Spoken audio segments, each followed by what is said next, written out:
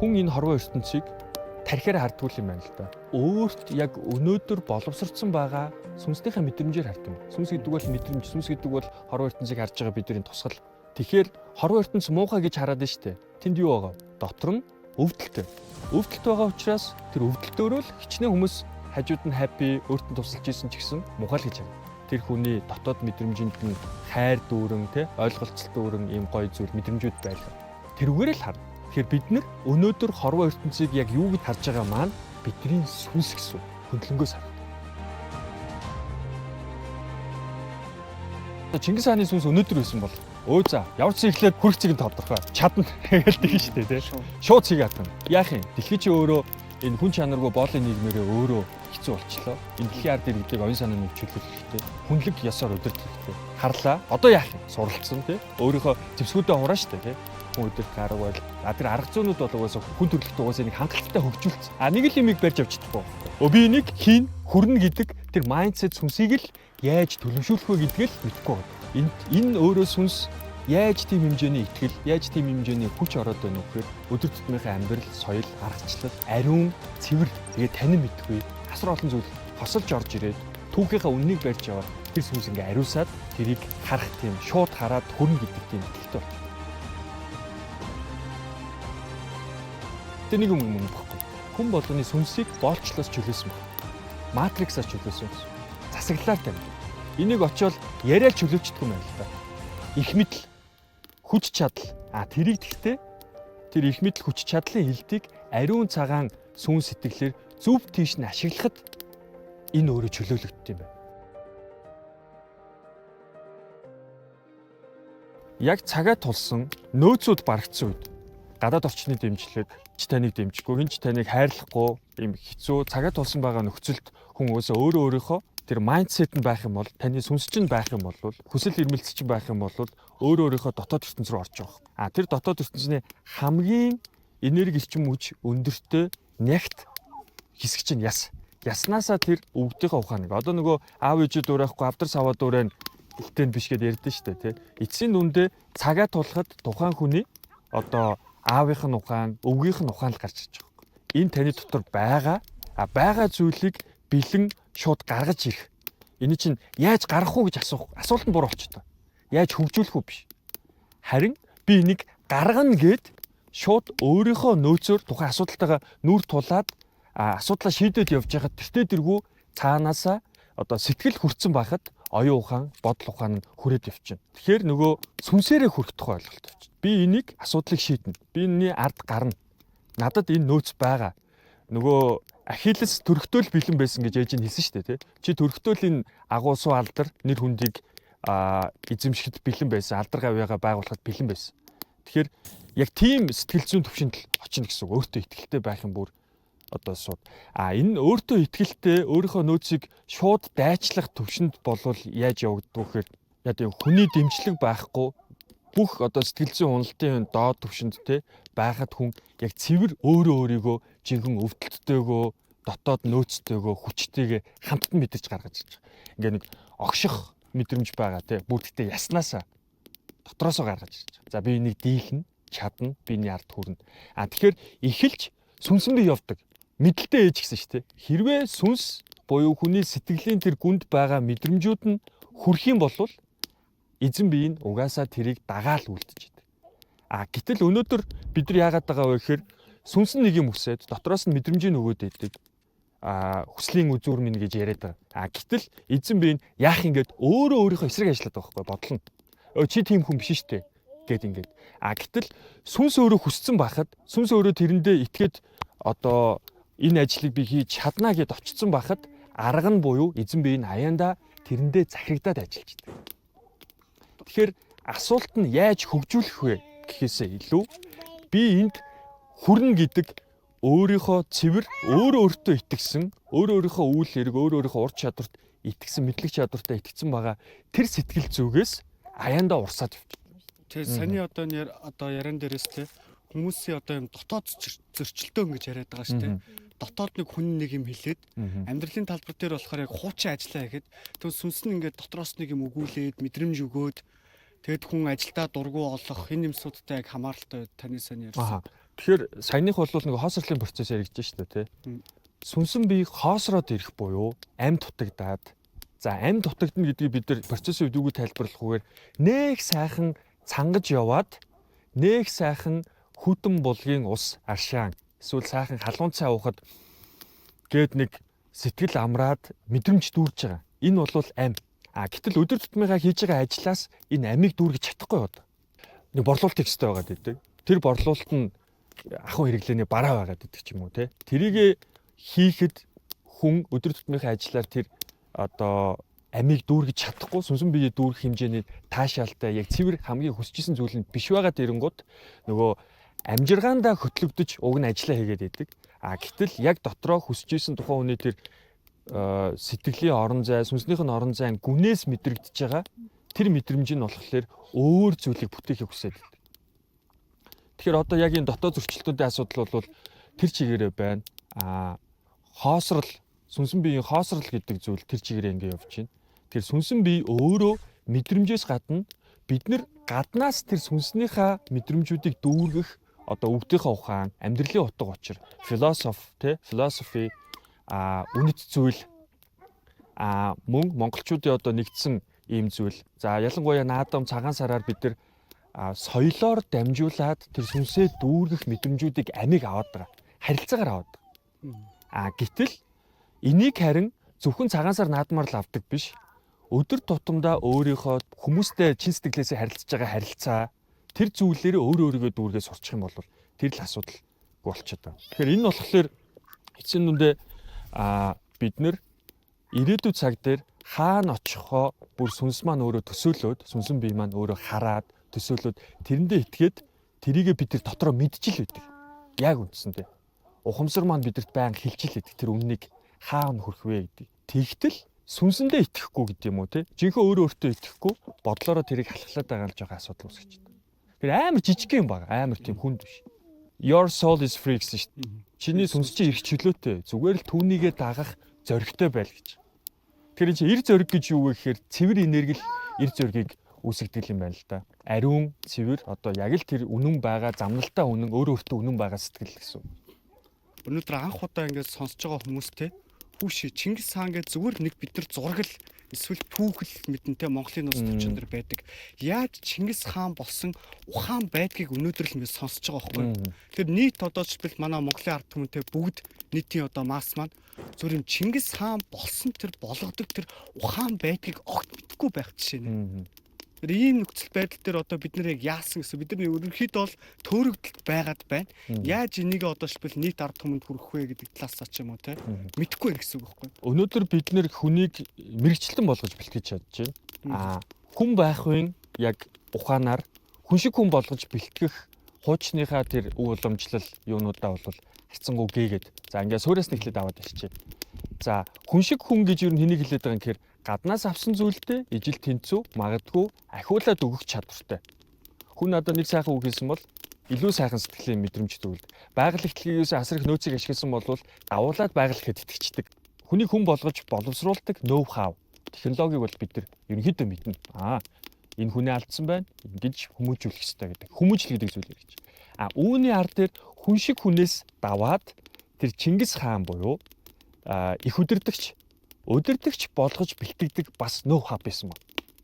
Одоо Чингис хааны 50-ны нөгөө копи байгаа шүү дээ, тий. Тэрэн дээр зүүн үдээ ингээд үл алиг ингээ ангансан байгаа. Тэрийг хөрөг зураг судлаач нар юу гэж тайлбарладаг вэхээр энэ бол гүнзгий төвлөрлийн төлөвтэй байна гэж хэлдэг. Ямар үед вэ гэхээр оюун ухаан нь гарц шийдэл төрийнхөө үйл ажиллагааг явуулаад бодлого шийдвэрээ гаргаад явж байгаа. Мөн юун дээр тулгуурлаад вэ гэхээр нөгөө үнэт зүйл, нөгөө сүнсэн бие. Нөгөө мэдэрж байгаа тухайн хүмүүсийг одоо яаж хүн чанараар эрх ашгийг нь хөндөөхгүй зөвөр өдөртөх вэ гэдэг тэрэн дээр сүнсэн биеийн төвлөрж байгааг тэр зүүн нүднийх нь баг зэрэг анилттай байгаа төлөвөр жишээлбэл хөрөг зураг судлаач нь хэлж байгаа юм л та. За ингэнгүүт энэ ч технологи байна. Хүний сүнсэн биеийг хөгжүүлэх, эзэн биеийг хөгжүүлэх технологи хэрэгтэй. За энэ технологиг өнөөдөр бол зүтгэж хөө. Их хадууд бол зүгээр төрцөн амьтад юм байна. Цаанаасаа энэ бол мөх тэнгэр таалсан мөн нүж хатгаар төрцөн. За нүүж хятгаж төрөөгүй бол хаан гэдэг боловсролттой Чингис гэдэг амин чанарт их өдөртөгч болох яг боломжгүй гэдэг нэг юм сэтгэл зүйн хаалт байгаа юм. Маш аюултай. Тэгэхээр энэ түүхийг бас хэн бичсэн бэ? Нууц товчоо хаанаас гарч ирсэн бэ гэдэг бид эргэж харах хэрэгтэй. Энийг бол Манжин номын сангаас хятад их галигаар нь Оросын эрдэмтэн олсон ба. За тэгээ хаана нь хин нь юу яач вэ гэдгийг бид дараагийн асуудал. Алтны дүнгийн айлгуун дээр юу гэж үзэж байгаа вэ гэхээр Чингис хаан бол улсыг удирдах байгаа, амьдралыг удирдах байгаа арга ухааныг өөрөө сүнсэн чадна гэдэг итгэлээр хийсэн юм а гэж. Тэгээ Чингис хаан өөрөө хэлсэн байдаг. Надаас өөр ингэж бэлтгэгдсэн хаан байхгүй. Хэдийгээр аав нь 9 настад нь өнгөрцөн ч гэсэн ээжийнх нь одоо тэмдэглэсэн дээр ур ухаан хүүхдээ хүмүүжүүлдэг юугаар хаан болгож бэлтгэж байгаа. Хэрвээ монголчуудыг бүгднгийн дэлхийн хэмжээний боловсралтай байлганаа гэд тавих юм бол хүн ам зүйн одоо хүн болгон адилгүй, хүлэг болгон жороогүй гэдгээр 28-ын зарчмаар за 20% нь тэрэнд хүрэх юм байна. 80% нь бол тэрнээс хүрэхгүй юм байна. Тэгэнгუთ дэлхийн хэмжээний удирдагч байлгана гэдэг бүх хүмүүсттэй стандарт тавиад тэрийг нь ойлгуулж сүнсэнд нь харуулад итгэлийг нь өгөөд дэмжиж хүүхдээ боловсруулах юм бол 20% нь тэндээ хүрэх юм. 28-ийн зарчим. 80% нь ядаж хаан биш юм а гэхэд их удирдагч биш юм а гэхэд хүн шиг хүн дээр буух гэдэг байна. Тэгэхээр энэ identity гэдэг зүйл бид нар өөрсдөө юу гэж харах вэ? Бид нар дэлхийн удирдагч өмнө нь үндэстэн байсан. Тэр сэргэн мандал, оюун санаа, сүнсээ өөрсдөө үгүйсгэж байгаа байхгүй. За энэ сүнс гингууд зөвхөн түүх яриад байгаа. Он цаг дараалал 1206 онд их Монгол улс байгуулж 27 онд ингэжээ. Өгөөд ан 29 онд хаан сууж. Энэ бол түүхийн зүгээр одоо протокол нэг юм болжээ л гэдэг он дараалал. Жинхэнэ түүхийн амин сүнс нь өөрөө амин чанарыг сайн туршлагыг хүнд өгөх зориулагдсан байна. Өгдөөдс маань тэгж би яагаад чадахгүй гэж. Надад байгаа юм биш. Өмнөх цаг үеийн хүмүүс техник технологигүй тэр хатуу цаг үед энийг хийцэн байна. Бид нар тэгэхээр техник технологи олон нийтэд хүрэх асар өндөр боломжн дээр яагаад энийг чадахгүй? Яагаад чадаж болохгүй байгаа гэдэг асуултанд л бид нар гээ би юм штэ, би тийм штэ гэд яах нь нөгөө матрикс баригдсан бодлоо та. Гэтэл сүнс бол тэрийг мэдрээд тэр үзэл санаанд итгэж үнэмшээд нөгөө зориг гаргахад аяанда тэндээ хүрэхгүй маа гэхэд наадлын л амжилтанд хүрэх. Тэгэхээр ерөөсөө Чингис хаан байхын одоо тэр гол одоо сургаал нь бол холын зориг өгөөд ойрын зовлон оршин нэгдүгээрт зорилгоо том тавь өөртөө итэг. Хоёрдугаарт өндөр уулыг өндөр химэн бүү одоо шандаа одоо давья химээвс давюул гэж. Ерөөсөө цэвэр сүнс болон сэтгэл зүй майндсетийн асуудал. Өнөөдөр бидэртээ ерөөсөө бүгднийх нь амьдралд шууд хамаатай. Хүрнээ бол явж яхад хүрнэ. Суусан цэцнээс явсан тэнэг дээр. Энэ бол ерөөсөө шууд Чингис майндсет хэлж. За тэнгууд энэ чинь яаж хийх юм гэдэг нь штэ. Эзэн бий төрүүлж асуултаа асуухгүй. Бодол орж ирээд байна те. Харин эзэн бий юунд мэдлгүй аав, мэдлэлтэй ээж гэсэн тий. Сүнс хүрцэн багт бавгийн лав сүрэнгийн хэлснээр сэтгэл хүрцэн багт хөл нь хүрт юм аа. Сүнс нь хүрцэн байхад тэнд зүгээр л би очно гэдэгтээ итгэцэн байхад яваанда яаж хийх вэ? Уулын билээс нь хардггүй маа гэсэн тий. Өнгийгөөд өөрийнхөө сүнсийг хүчирхэгжүүлээд сүнс өөрийнхөө мэдрэмжүүдийг хурцлаад өндийгөөд уулын орой дээр гараад ирсэн цагт бүх юм аяанда арга одоо networking буюу хүмүүстэй яаж хүрэхтэй аргууд нь аяанд өрөвдөг. Арга буюу эзэн биеийг энерги эрчим хүчээр хайраар дүүргэж идэг аргыг нь боловсруулдаг зүйл чи өөрөө бэлэг байхгүй. Бэлэг өөрөө арга, сүнс өөрөө аргыг үйлдвэрлэдэг байхгүй. Арга өөрөө яах уу гэж бодоолох юм бол яахчгүй. Ямар ч арга орж ирэхгүй. Бодоод бодын шир дөрөв гэж байгаа. За ямар ч үсэн эхлэе. Ямар ч үсэн хүрэх юм бэ? Хаа очихоо мэдж байгаа бол арга нь аяанда болдог гэсэн. За тэгэхээр энд харин тэр очих гээд байгаа замдаа явахдаа 5 төлөвөл барьчих гэж. Нэв байдал хүний төлөө хуруугаа ч гэсэн хөдөлгөөд гэрлийн мөн чанар юу гэлээ? Гэрлийн мөн чанар бол авахд биш өгтөө илүү астимакс. Хүний сүнсний энерги эрчим хүч бусдад хуваалцах, бусдад өгтөө илүү аст. Зүгээр л өг. Өгөөд ирэнгүүт сайн хүн байвал хариулж өгнө. Муу хүн байвал хариулчихгүй л үнэ ч тийм. Тэ яах юм? Гомдох юм уу? Чи бид нар өөрийнхөө төлөө эцсийн нүндээ тэр хүнд зүгээр л өөрийнхөө сүнсийг хүчтэй байлгахын тулд тий сүнснийхээ хуулийг дагаад өгч байгаа. Хүнд их бай. Харин тусламж гуугаад ирсэн хүнд нь их шиг нь нүнчгтэй байчих. За төрхүүн буюу бодол санаа төвлөрөл гэдэг зүйлийг болж өгвөл тархиад сгалжуулаад байнга төвлөрөө. Сүнсэн дээрээ байнга төвлөр. Зориг дээр амьсгал. Чингис хаан буюу Чингис амин жанр буюу өөрөө өөрийгөө тэр өндөр түвшинд хүргэн гэдэгт бүр очсон аль үжээ санаагаар. Энэ төрөлтөө биш юм аахи дараа төрөлтөө очих л байхгүй. Тэгээд бэлтгэгдсэн байгаа сүнсэн би.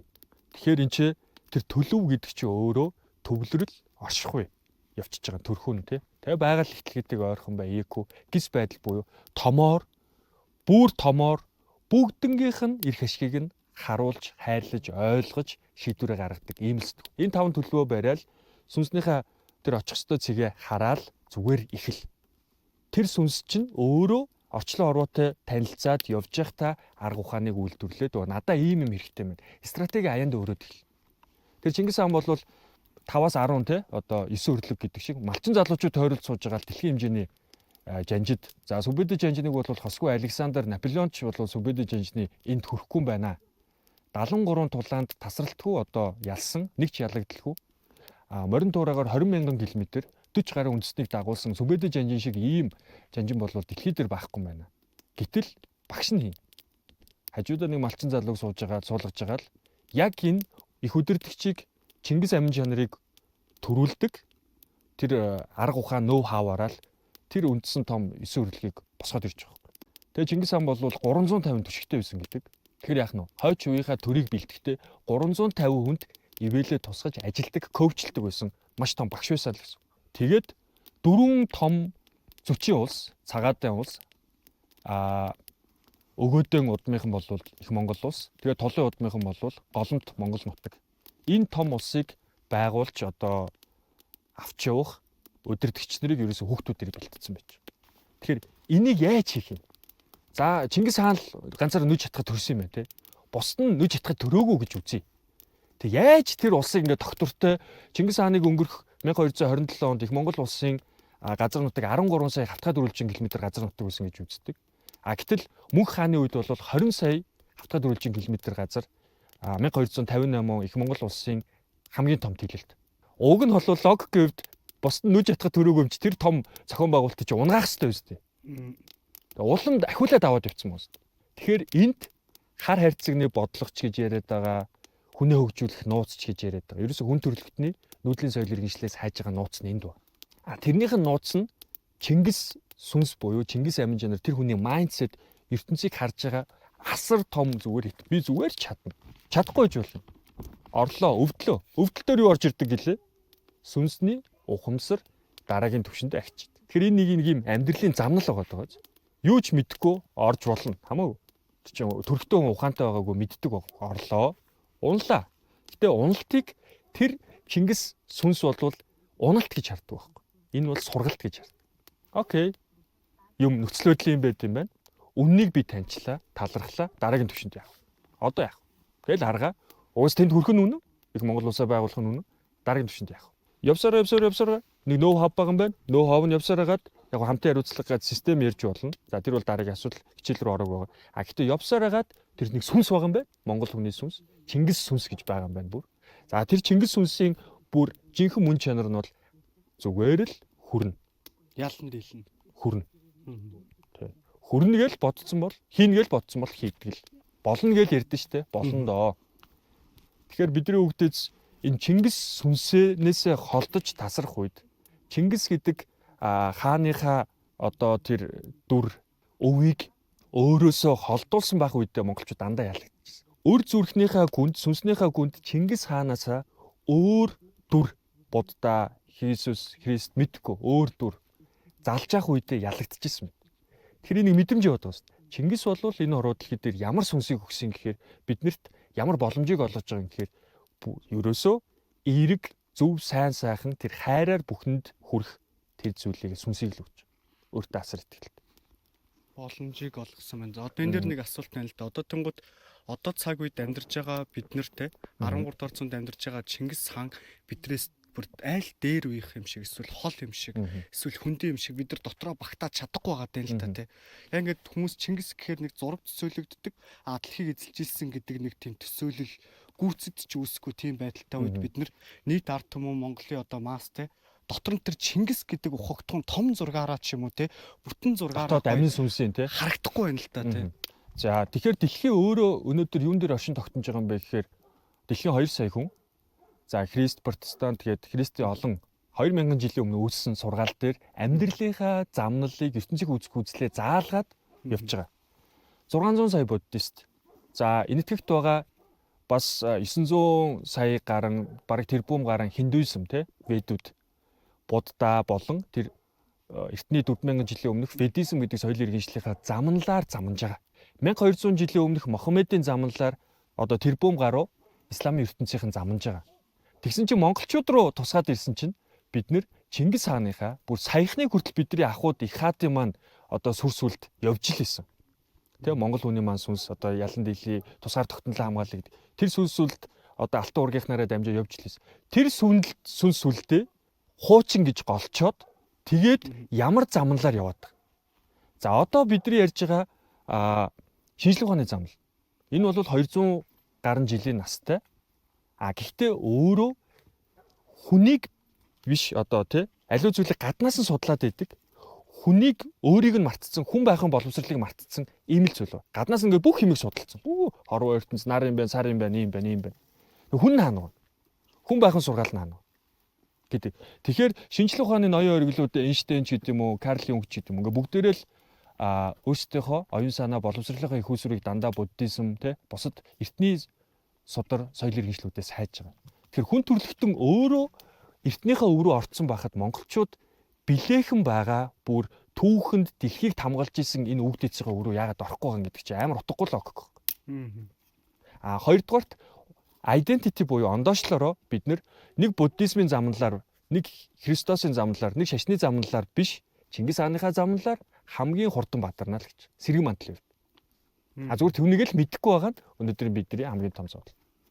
Тэгэхээр одоо наад чинь жишээлбэл те би одоо тайгад те өвлийн юм хахир хүүтэнд амьдрдаг байжж зуны одоо те ингээд нэг юм нэмхэ уцтай хүний трендийг дуурайж дагас салбанж байгаа л те одоо хөлдөө төхнө шүү дээ. Бид нар бол одоо өнөөдрийн нөхцөл байдал бол тиймэрхүү байдалтай нэгсэн шүү дээ. Бид нар хитрхийх бусдыг даган дуурайж байна. Өөрсдийнхөө юу даган дуурайх хэвтэйгаа ойлгохгүй байна. Хэнийг дагахаа мэдэхгүй байна. Тэрийг ямар хэмжээнд байдгийг мэдэхгүй байна. Би энэ дээрээс нэг жишээ байна л да. Тухайн цаг үед ингээд намайг те Чингис хаан гэдэг би ер нь өөрийгөө хайж эхэлж байхад над нэг юм ямар ч нуруу байхгүй те өөрийнхоороо зүтгэсээр байгаад ямар ч нэг үзэл санаатай болж байгаа юм. Тэгэнгუთ чинь Алтан дээд нүний аялгуул сонсоод Чингис хаанаас суралцаж эхлэх үед би чинь нэг тийм зөв яваад байгаа юм ба штт. Би чинь овоо жанжин шухам залгагдаад яваад байгаа юм ба штт. Тэгэхгүй бол нэг яг өөрийгөө яг бид нар зөв яваад байгаагаа ч мэдэхгүй, буруу яваад байгаагаа ч мэдэхгүй, яваад байгаа мó үгүйгээ ч мэдэхгүй биднэрт нэг юм үнэний ч юм уу те жанжин шухам ч юм уу босоо голч байхгүй юуг налж нуруу хийж явах тийм нурууг л олцоод байна л да нүмергүй. Тэгэхээр босоогоолч гэдгийг бол дэлхийн олон улс үндэстэн бол ингээ зарчим гаргацсан тий этикийн код. За жишээ нь Amazon ч гэдэг юм уу дэлхийн том компаниуд бол соёлдоо барих нэг 13 зарчим л байгаа. Principle зарчим тий. Бусдыгаа хүнддэг, сонс ингээ айгүй энгийн принцип. Ингээ зарчим гаргачих болно. Гэхдээ энэнд монголчуудын босоогоолчинд хүн болгон суралцаж чадахгүй байгаа нь энэ өөрөө сүнсний босоогоолч байна. Мэдрэмжийн тэр ялалтын хөдөлмөрлөхийн ямар ч байсан өөрийнхөө бүхий л нөөц болцоог дайчлах, өгөх тэр орчлонгийн зам ёсны хууль гэдэг байгаа тэр энергийн хуулийн дээр шууд амьдралдаа буулгацсан ийм зүйл байна. Тэгэхээр л энерги гингууд чинь юм фантаз болоо явчихва гэдэг ийм л дэлхийн ертөнцид шинжлэх ухаан өнөөдөр хүн төрөлхтний матриксд оруулчлаа шүү дээ. Тэгэхээр эртний соёл сургаалууд руугаа буцаад өөрөө Америкаас ахуулаад, Оросоос ахуулаад ингээд яваад байгаа нь өөрөө энд нэг юм байна. Энэ жам ёс гэдэг чинь маш чухал юм байна. Системийн онол юм байна. Орчлон хорвоо галактик өөрөө гэрлийн энергийн хуулийн дор оршиж явахад дэлхий дээр амьдарч байгаа хүмүүс тэрийг нь даахгүй бол болохгүй юм байна. Ингээд гэрлийнхээ энерги, гэрлийн хэмжээс, гэрлийн хуулиуд руу л ороод. Тэр энэ л манай монголчуудын босоо. Тэгэхээр том системийнхаа тоглоомын дүрмийг хамгийн сайн дагсан нь хамгийн хурдан өөрсдийнхөө сүнсийг хөгжүүлнэ. Тэр гэрлийн хууль гэж юу гэлээд байгаа юм гэхээр тэр бидний сүнсэн биен дээр суудаг хоолно л гэсэн үг, гэрэл нь. Мгм. Тэгэхээр тэр гэрэл чи өөрөө хуультай юм биш те. Хуулийг нь ойлгочих юм бол харьцаа сурчих юм биш. Харьцаа сурахдаа яах нь зөвхөн бясалгал буюу оюун санааны төвшөнд биш бүр зүгээр үйлдэл болгочих юм биш. Үйлдэл нь үйлийн үрээрээ улам л өөрийг нь бадраана гэдэг. Ийм л жанжин шуум. Мгм. Тэгэхээр тэр саяны 5 төлөв болвол бас жанжин шуум. Ерөөсөө л сэтгэлгээ Монгол хүний одоо Монгол хүн гэж хэн бэ гэхээр гадаад шинжээр нь ийм те царай төрхөн ийм үг яриа нэм ингэж ярьдаг, ингэж одоо аялдаг гэдэг ч юм уу. Ясвартхууны асар олон кодчлыг гаднаас нь ингэж хэлж болно кодексыг. Гэхдээ саяны 5 төлөв бол Монгол хүний сүнсний төлөв байхгүй. Өө. Одоо энэ дээрээс асуулт гэх юм бол тэгвэл одоо нийт одоо ард түмэнтэй жишээлбэл яг Тэмүүжин Чингис хаан болгодог ноу хау тий арга технологи бол байгаа үгүйг бол одоогоор мэдэхгүй явж исэн тийм үү. Одоо энийг бол яг гарцаагүй байгаа бүр үнэхээр хүнийг бүр Чингис хаан дэлхийн хэмжээний түвшинд аваачдаг технологи өөрөө яг байна гэж хэлээд шүү дээ. Нэгэ тодорхойлвол тий. Яг нийт ард түмэнд хандаад биднэрт ийм зүйл байгаамаа гэж хэлвэл тий. Тэгэхээр Чингис майндсет гэдэг яг уу залуучуудтай илүү ойрхон байх. Чингис хааны сүнсэнд л боловсрох гэдэг. За өнөөдөр бид нэр хүн байх юм сүнсэнд боловсрож байгаа. Тэр язгуур нь бол хүн болгоны дэлхийн ертөнцийн хүн болгон сүнстэй. Тэр наанаас иж байгаа гэхээр мөнх тэнгэрээс буюу одоо гэрлийн энергич мөчөөрөө дамжаад нар сараараа дамжаад те сүнс эзэн бие ингээд ирдгээ гэсэн. Нарнаас эго буюу эзэн бие, сарнаас сүнсэн бие, self гэж ойлгож байна. Ингээд авч байна. Үүний дараа Монгол угсаатнуудын өөр өөрсдийн онцлог дээд тэнгэрийн язгуур гэдэг ойлголт байна. Нүүдэлчдийн язгуур гэдэг ойлголт байна. За түүний ард дээр монголчуудын язгуур буюу Чингис хааны сүнс гэдэг ойлголт байна. Тэгэхээр хүн байхын ухаандаа сүнсээр холбогдоод өөрийнхөө угсаа гарвал те одоо яс цусныхаа мэдээлэл аав ээжийнхаа төрлөх зан характер те тэр сүнстэйгээ холбогдоод дараа нь Чингис буюу сэргэн мандж явах үеийн гарцаагүй ямар ч хүнийг сэргэн мандуулдаг тэр сүнстэйгээ мэдрэмжийн хувьд залгагдаад ноу хавын хувьд сүнсээс хөгжүүлээд суралцаад явчих юм бол энэ бол ерөөсөө л панк гэд их тесрэлт буюу буудахгүй дэлбэрэлт болно. Тэгэхээр Ром эзэнт хөрөмж төр их Монгол улсч төр за Наполеоны Францч төр юу гэдэг тэнд бол асар том зохион байгуулалт асар том боловсрал эцсийн дүндээ асар том сүнсний гэрлийн энерги нэг цэг дээр төвлөрсний үндсэн дээр эргээд түүнийх нь үр дүн нь юу гэхээр том улс байгуулагдах тесрэлт байдаг. Тэгэхээр альва нэгэн улс гүрний мандан бадрал бол дандаа тэр гэрлийн энерги эрчим хүчний асар их хураалтаас болно л гэдэг ийм зүйл тогтолт. Энийг бол Лев Гүмлээ хэлсэн байна. Тэгэхээр энэ харин сүнсний холбоосоор ингэж хүмүүсийг эв нэгтгэж байгаа тий нэгтгэж байгаа залгах технологи нь л одоо 14 сургалт байхгүй. Тэнгууд нэг нийт хүмүүсийн хувьд сүнсний гэдгээр одоо ч залуучууд ч юм уу сонсоход ялгах байна шүү дээ. Хий үзэгдэл ч юм уу эсвэл даалт ертөнцийн ч юм уу бөөгийн ч юм уу тий одоо жишээлбэл Чингис хааны сүнс нь орж ирэх гээд байгаа юм шиг ч юм уу нэг юм хүндий сонсогдоод байгаа шат буухгүй. Тэгэхээр Чингис хааны онгод тэнгэр гэж бид нар ярьсангүй. Чингис хааны хойд дүр гэж ярьсангүй. Чингис хааны сүнс гэхээр Чингис хааны оюун санаанд л боловсрно л гэсэн үг. Маш энгийнээр. Тэгээ хүний сүнс гэдэг чинь ерөөсөө тухайн хүний мэдрэмж. За өнөөдөр Чингис хаан энд орж исэн гэж бодъё тий. За тэгвэл байгаль ихтлгийг яагаад тэгж харж ирсэн? Яагаад хайрлаж харж байгаа? 8 шар гахтаа яагаад хайрлаж байгаа? 4 хатнаа яаж хайрладаг вэ? Тэр хайрлаад байгаа тэр хайрынх нь ус үндэстнээ яагаад хайрлаад байгаагийн цаана нэг учир шалтгаан байсан байгаа шүү дээ. Чи өөрөө нэгдүгээр хөдөлмөрлөж байгуулсан. Хоёрдугаар ард иргэдтэй хайртай. Хүнийг ойлгож чинь тий. Энэ монголчууд нүүдэлчд гэдэг бол үн төрлөختөнд ямар чухал вэ гэдэг тэр цаад мөн чанарыг харцсан. Тэрийг нь л дахиж бид нэр философи тэр сүнсийг нь барьж авах гэдэг. Амин сүнсийг. Тэрийг нь харцсан бахад яг ижилхэн Чингис хааныхаа өр зүрхээр хорвоо ертөнцийг чин үннээр нь харж байхад биднэрт хөрөхгүй гэдэг газар л байхгүй болчиход байгаа. Хүн энэ хорвоо ертөнцийг тархиараа хардгуул юм байна л да. Өөрт яг өнөөдөр боловсрцсан байгаа сүнснийхээ мэдрэмжээр хард юм. Сүнс гэдэг бол мэдрэмж, сүнс гэдэг бол хорвоо ертөнцийг харж байгаа бидний тусгал. Тэгэхээр хорвоо ертөнц муухай гэж хараад нь штэ. Тэнд юу байгаа вэ? Дотор нь өвдөлт байна. Өвдөлт байгаа учраас тэр өвдөлтөөрөө л хичнээн хүмүүс хажууд нь happy өөртөө тусалж исэн ч гэсэн муухай л гэж хараад. Өөрийнхөө хүчээр ч юм уу за магадгүй ямар нэгэн байдлаар тэр хүний дотоод мэдрэмжинд нь хайр дүүрэн те ойлголцол дүүрэн ийм гоё зүйл мэдрэмжүүд байлаа. Тэрүүгээр л харна. Тэгэхээр бид нар өнөөдөр хорвоо ертөнцийг яг юу гэж харж байгаа маань бидний сүнс гэсэн үг. Хөндлөнгөөс харахад. Би яаж харж байгаа вэ? Миний сүнс тийм байна л гэсэн. Хорвоо ертөнцийг боломж гэж харж байгаа бол би нээлттэй хүн юм байна. Хорвоо ертөнцийг хэцүү гэж харж байгаа бол би жоохон зовцсон хүн юм байна. Миний сүнс цутраад байгаа юм байна. Хичнээн асар их ажил байсан ч би энийг давна гэж харж байгаа бол миний сүнс хүчтэй юм байна. Уяраад хайрлаад уйсаад байгаа бол миний сүнс уян юм байна. Би амьд байгаа юм байна. Тэгэхээр энэ олон мэдрэмжүүд дээр тулгуурлаад ямар ч улс төрийн измтэй, ямар ч шашин шүтлэгтэй бай, тухайн хүн сайнтай муутай гэж те ингэж байгаа те. Ямар ч газар сайн муу хүмүүс. Хотод ч тэр сайн өдөр, гадаад ч тэр сайн хүн байгаа, дотоод ч сайн муу хүн байгаа. Хамаагүй. Тэр хаана цаг хугацаа орон зайгаас үл шалтгаалаад тэр сүнсэл өөрөө тухайн хүний яг жинхэнэ үнэн нь байгаа.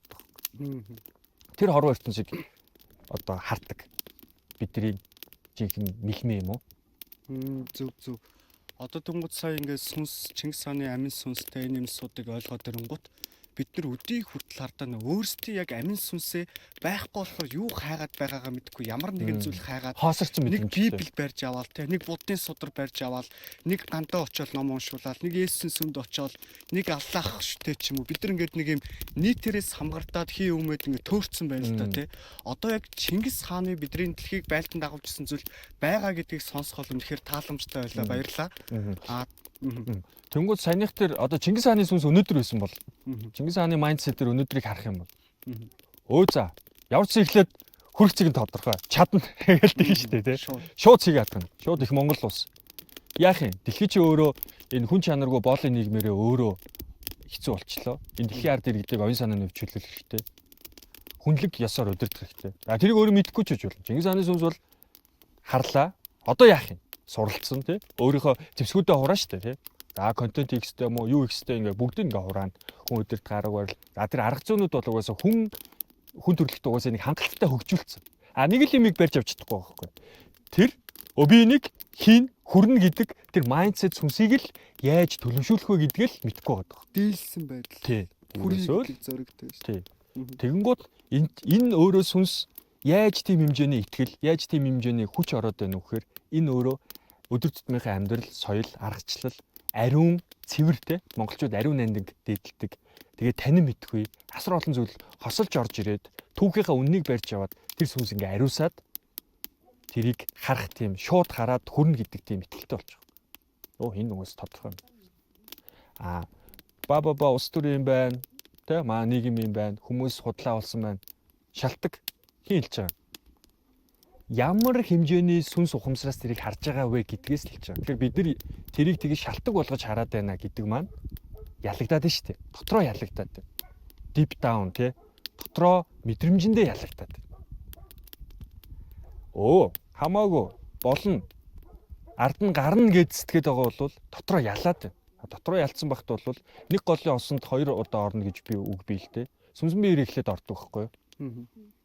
Сүмсэн биеэр эхлээд очиод бүх очицсон тий. Мэдрэмжээр очицсон төсөөллөөрөө. Дараа нь тэр санаанд нь багтаад байгаа бол эзэн биеэрээ туулж хүрдэг гэсэн. Нэг голын усанд 2 удаа ордог юм аа.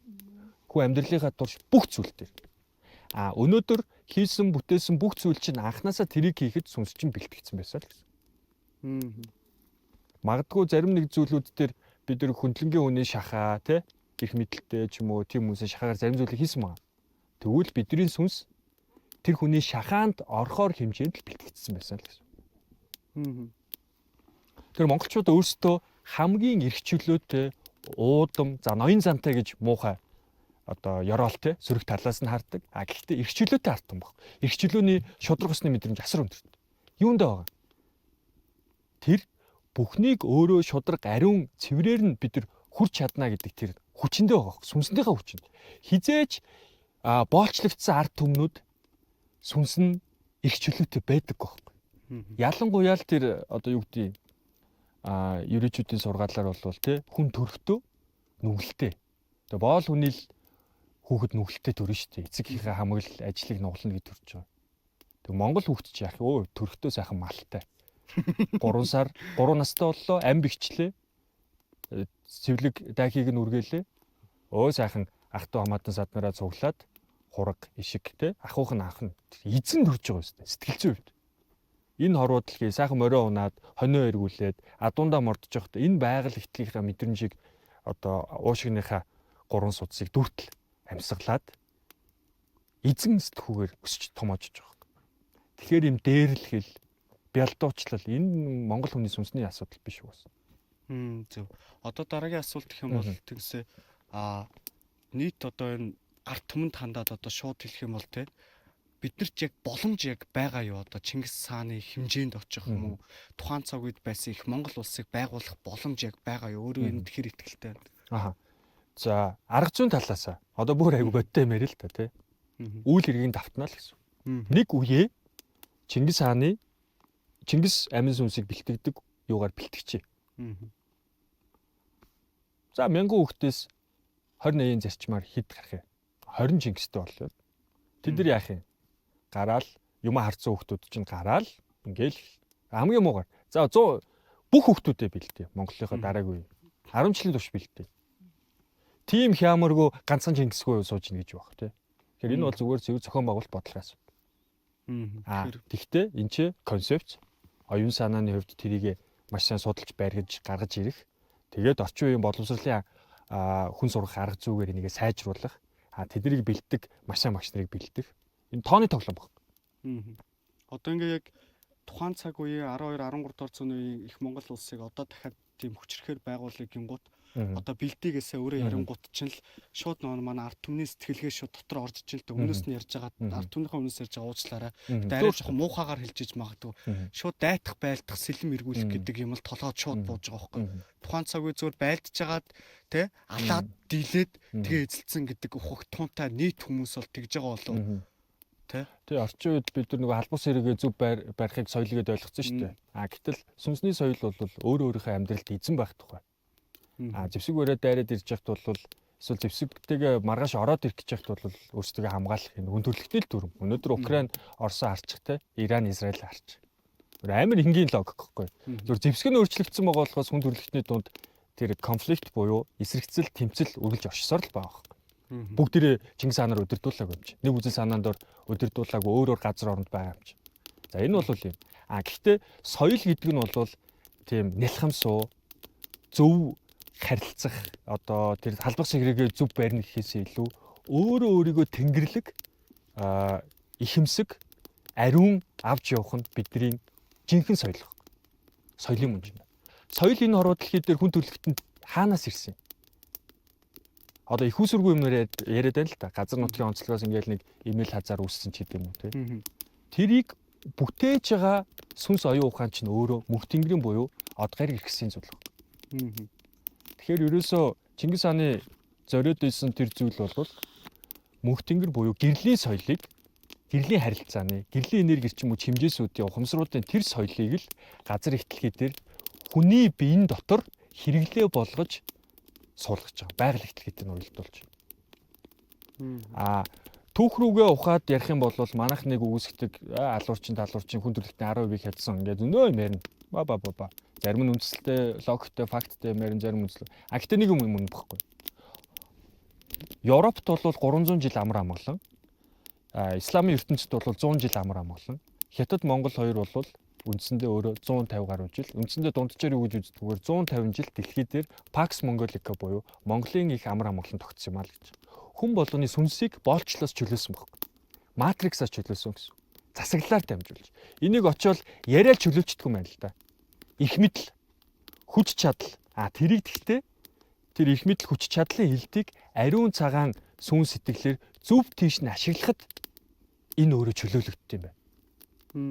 Тэгэхээр их мэдл хүч чадлыг өнөөдөр Европ болон Америк нэгдсэн улс те ингээд барьж байна. Тэг яах гэдэг вэ? Сошиал хөгжүүлж байна, Facebook те янз бүрийн мэрэгчлүүд, үр зээл, банкны систем, дэлхийн одоо худалдааны долларын гүйлгээний систем ч гэдэг юм ингээд дэлхийн худалдаа бүх талаар л ингээд ямар нэгэн байдлаар тэглүүлээ. Нэг юм хийх гэхээр л тэглээд байдаг.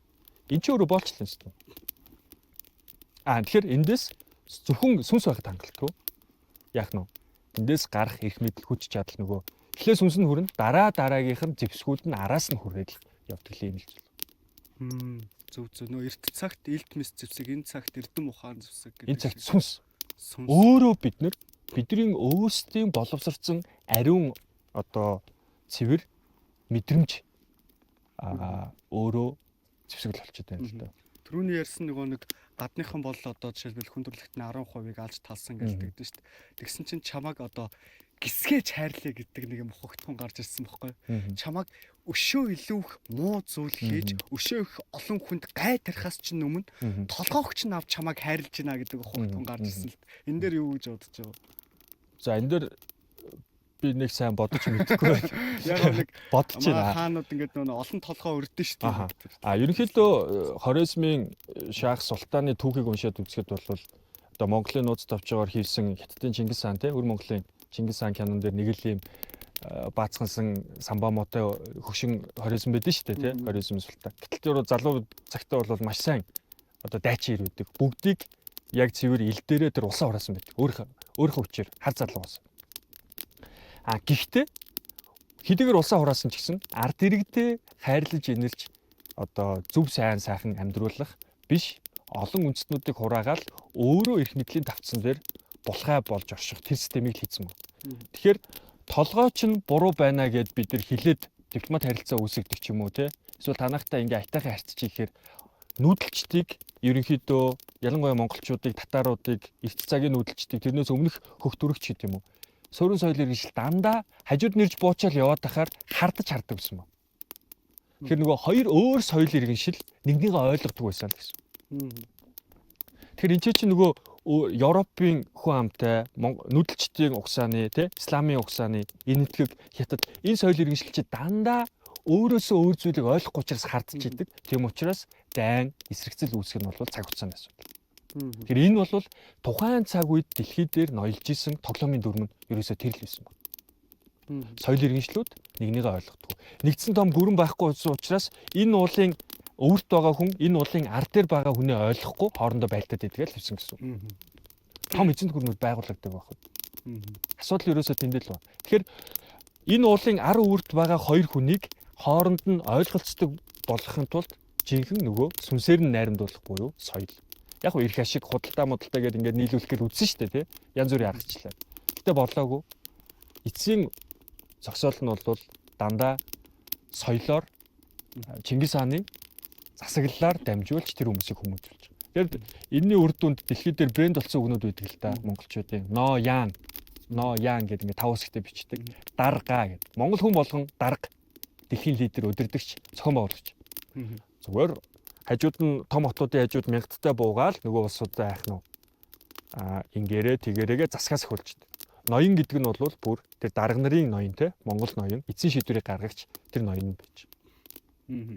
Тэгэхээр соёлоор дамжуулж суурин соёл иргэншлийг боолчлын сэтгхүүгээс нь чөлөөлж байгаа. Боолчлын сэтгхүүтэй баригдаад байх юм бол ингэж болохгүй, тэгэж болохгүй ингээд хідэн үеэр нь тухайн хүнийг зүгээр л эзэн ноёдууд, хаадууд ажиллаа хэлчихсэн байгаа шүү дээ. Тэнгүүд тийм хүмүүс чинь юуныхаа төлөө явдгийг гэхээр хайр өхөөр ойлгохгүй. Хариу тус байхгүй, хариу ойлголцол байхгүй. Юм болгоныг өш онзонгийн сэтгэлээр одоо юу гэдэг нь өсвөргөж хардаг тийм. Болон сэтгүүч аяг хэцүү юм байна л да зовлонтой юм. Тэгэд ийм хүмүүсийг энэ хороод хэлэхээр байлах уу, байлахгүй юу гэдэг чинь асуудал болж байгаа. Тэгэхээр хүн болгож төлөвшүүлэхийн тулд тэр хүмүүсийг алахгүй байхын тулд соёлоор л уусгаж байгаа л процесс донд их Монгол улс арай өөрөө зарим тохиолдолд одоо бодлого удирдлага тий ганц хоёр стратеги алдаанаас болоод дуусна л ийм тохиолдол. Саний энэ одоо энэ Matrix гэдээ ярьж байгаа хэсгээр болохоор хамгийн сүүлд нэг намжимд дахиад хэлсэн цагаан бороо төр цоохор хандыг ингээд нэг хаан байрна ингээл хордсон шүү дээ тий. Тех тусам дотор нэг эрен хурцлагтаад байдаг шүү дээ. Шүдэн ярцалцал улам эрен хурцлагтаал монголчуудын дотор тийм суур том юм нөөц тийм хизээч бууж өгдөггүй тийм хүч дийлий хүрий гэдэг тийм амин чанар одоо жинхнээс яг байна гэдэг зүйл хамгийн сүүлд унссан номон дээр бол одоо би тэндээс харсан л да тий.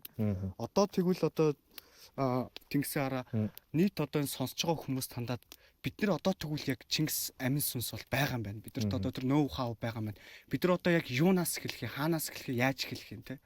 Тий, сүнс өөрөө шийдвэр гаргачих юм бол арга нь аянд олдно. Тий. Ямар байна. Шийдвэр. Ер нь бол юу ядсан шүү дээ. Та яг ямар байгаа юм бэ л гэж асуудсан шүү дээ. Яг юу хүсэж байгаа. Тэгээд ингээд бодлоор нэг юм ярил би ийм гоё юм. Та ичигнээсээ юу хүсэж байгаа. Тэ? Дахиад нэг юм хариулна шүү дээ. Яг юу хүсэж байгаа юм бэ? Тэгэл ер нь 3 асуултан дээр л өөрөөсөө асуучих зүгээр ах тий. Тэгээ өөрөөсөө яг ямар байгаа л асуучих. Хэн баймаар байгаа? Амьдралдаа эзэн баймаар байгаа мó? Эрх чөлөөтэй байгаа мó? Баймаар байгаа мó? Эсвэл энэ системдээ гой хоригдоод байнгын төвөг өр зээл гэдэг ч юм уу те энэ юмдаа ингэж хүлхэгдэж ингэж амьдрмаар байгаа юм. Өвөн л өөрийн сонголт. Хүн болгоны одоо сонголт бол энийг хүсэх. А гэхдээ хилээд байгаа юм нь бол санал болгоод байгаа зүйл нь бидний зүгээс танд нөөцөнд байгаа шүү л. Боломж нь байгаа. Та яг юу хүсэж